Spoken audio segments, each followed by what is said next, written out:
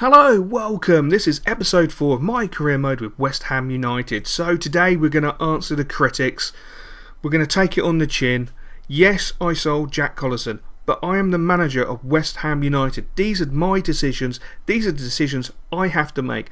We all know making a decision to sell a player, buy a player is never the easiest, and there's always a risk with each decision. Such as the one in the background. I'm trying to buy Jack Butland. That's going to be a huge risk. He's 19 years old, and yes, I'm going to stick him in the first team. It's that simple.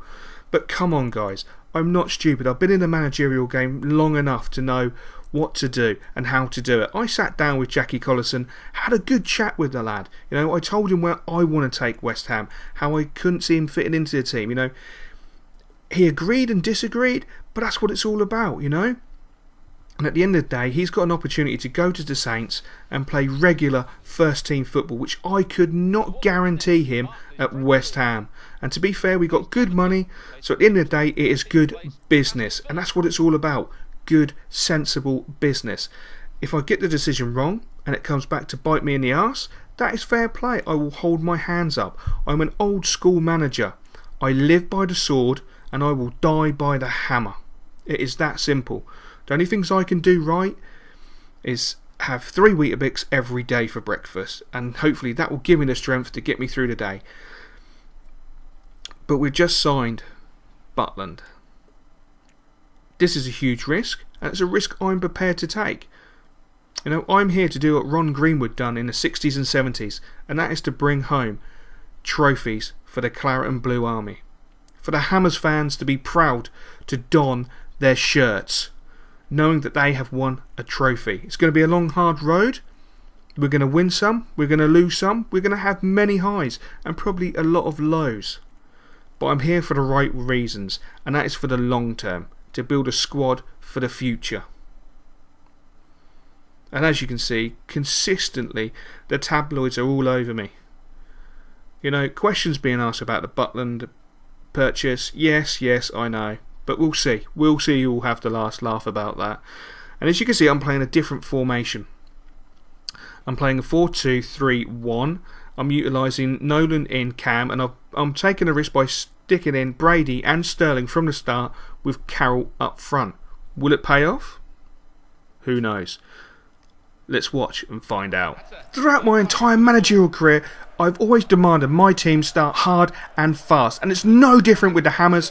We start off like a house on fire by applying a great deal of pressure to Swansea. Andy Carroll nicks in, intercepts a ball, knocks it out to Sterling, and he shows why I bought him. He's a tricky little beggar and delivers a great cross onto the head of Captain Marvel.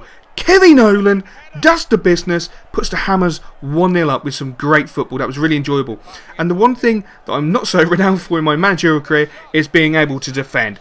And that was highlighted by Swansea applying a great deal of pressure in the mid part of the first half. But we defended stoutly. We made a few errors by watching the ball and not watching the players. And it led to them having a chance. But Jackie Butland, what a save, my son. Helping me answer the critics with a fantastic save. And then Kevin Nolan picks the ball up and I'm thinking, hit it, son, hit it. And it's just wide. But that was enough to take us in at half-time with a 1-0 lead, with us looking the better side. Now, I don't know how to explain that. They made us look like bloody clowns, running into each other. What the hell? So with that, I decided it's time to bring on some fresh legs and go for pure and unadulterated pace. Gabbs, Phillips, Jarvis. Absolute beautiful pace. So the Swansea defenders ain't going to get no let off. But it worked in the opposite. It was Swansea who were all over us. And late on in the game, they had a great opportunity. But it didn't trouble us, thankfully. And we came away from Swansea with 3 magical points with a 1-0 win from Captain Marvel. And was I right to put Jackie Butland in the team? I think I was, as the footage you are now about to watch just highlights how good he is. And bear in mind, he's only 19. He can only get better. And a big thank you to Carlton Carl. I know we've had our disagreements. I know we've had a little sit down. And I take great pride in the fact that he's siding with me, which is fantastic.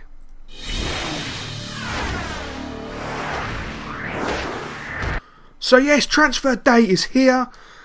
it's time to do some business. But we don't have much money. We have 82 grand, but fantastic wage budget of 32,000, which is a bit ironic, but what can you do? So as you can see, we're going to be loaning out all the youngsters. This has been my intention from the beginning, to get all the youngsters out, get them playing regular football, and hopefully we'll be able to reap the benefits of that. And then we hit the golden egg.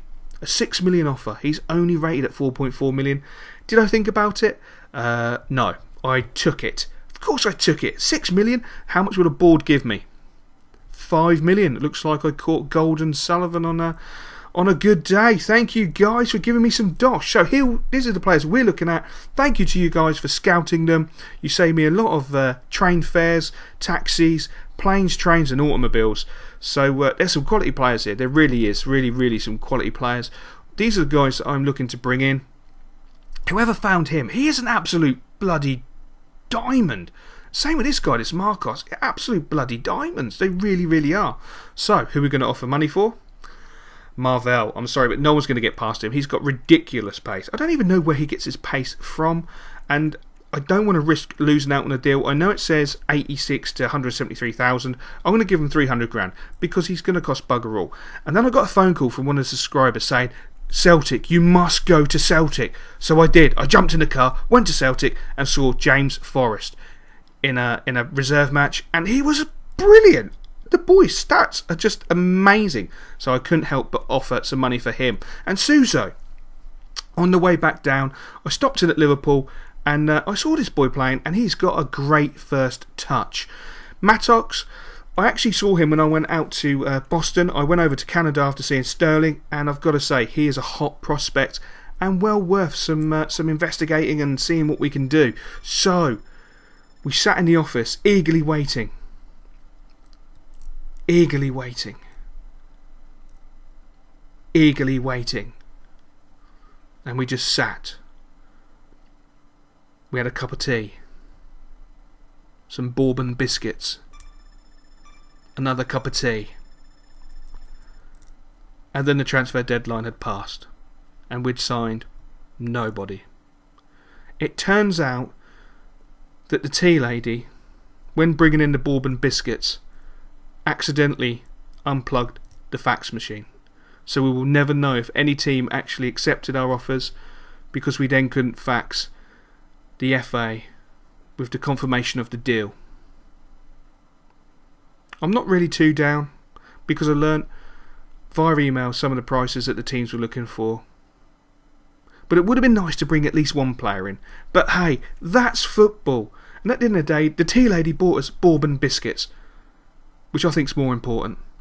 So we have a good enough squad to last us to Christmas. Hopefully those guys will shine, and we won't need to bring anyone at Christmas. But I think I'll be looking to give some depth come Christmas. So that's it for this episode, guys. I hope you enjoyed it, and I'll catch you in episode number 5.